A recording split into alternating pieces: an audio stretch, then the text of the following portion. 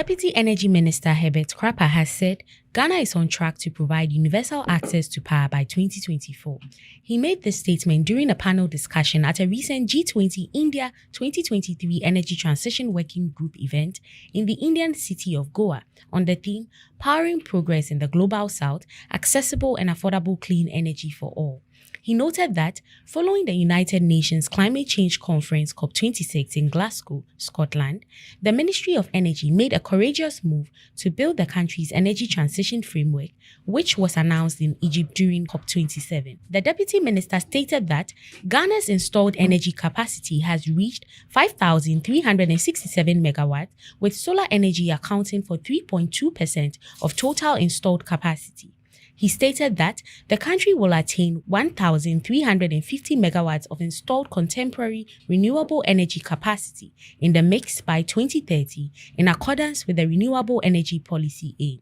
He said the economy will be fueled largely by electricity, with a future electricity demand modeled at 380,000 gigawatts per hour, with a corresponding installed generation capacity of 83 gigawatts by 2070. An estimated 200 million tons of carbon equivalent emissions will be saved when it is finally completed.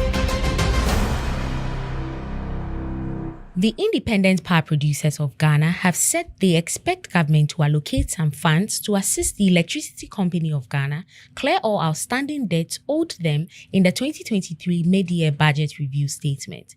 According to Chief Executive Officer of the Chamber of Independent Power Producers, Eliklim Akpetobo, unless there is a specific provision aside from the supplementary budget, he expects the budget allocation to support ECG to pay the arrears to independent power producers, and noted that it is out of good faith that the IPPs have continued with their services to the country despite being needlessly owed for almost 7 months into the year. The chamber threatened to interrupt electricity supplies if the government fails to pay the arrears, but later reversed their judgment following stakeholder consultation with the government. Meanwhile, the Finance Minister, Ken Ofori-Atta, has acknowledged that the IPP power payments remain a critical challenge to government. Presenting the 2023 mid-year budget in Parliament on Monday, 31st July, he said, government must support the ECG to significantly improve its collection to reduce the burden the energy sector imposes on public finances.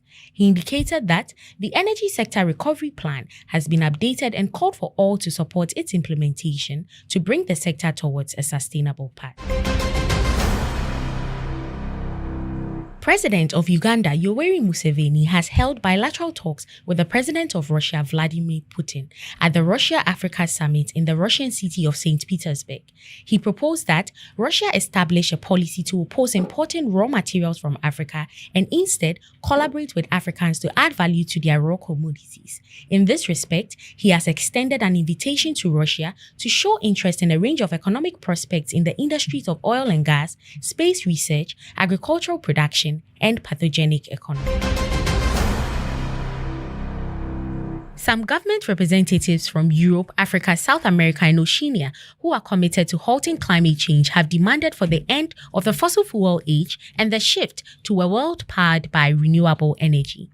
In the declaration, they stressed the significance of keeping global warming below 1.5 degrees Celsius and the dire consequences of going over this threshold. The officials noted that by 2050, if not sooner, greenhouse gas emissions must be nil. Additionally, they support a quick transition away from fossil fuels and a significant decrease in greenhouse gas emissions by 2030. According to the statement, countries must accelerate the global energy transition away from fossil fuels. They must peak greenhouse gas emissions by 2025 at the latest and reduce them by 43% by 2030 compared to 2019 levels. They said abatement technologies must not be used to greenlight continued fossil fuel expansion, but must be considered in the context of steps to phase out fossil fuel use and should be recognized as having a minimal role to play in decarbonization of the energy sector. Visit EnergyGhanaMagazine.com for more on these stories. Energy Brief is proudly brought to you by Airport View Hotel. Energy Ghana TV. Local in focus, global in perspective.